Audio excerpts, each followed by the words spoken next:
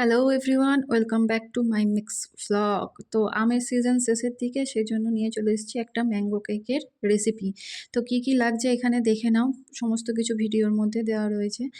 আর mainly এটার জন্য ময়দা ব্যবহার করা হয়, কিন্তু আমি ইউজ করেছি ওটস আর সুজির গুঁড়ো।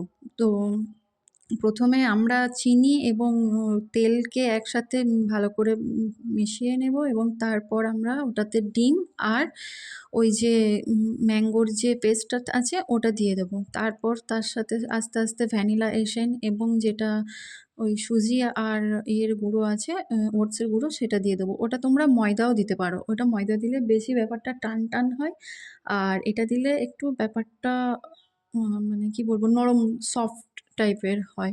তো আমি এইভাবেই তৈরি করেছিলাম, আর আধ ঘন্টা মতো এটা না ব্যাটারটা রেখে দেবো, তাতে জিনিসটা খুব ভালো টেস্টি হয়। আর আমি এটা পুরোটাই করেছিলাম গ্যাসে। তো খুবই টেস্টি হয়েছিল ম্যাঙ্গো কেক।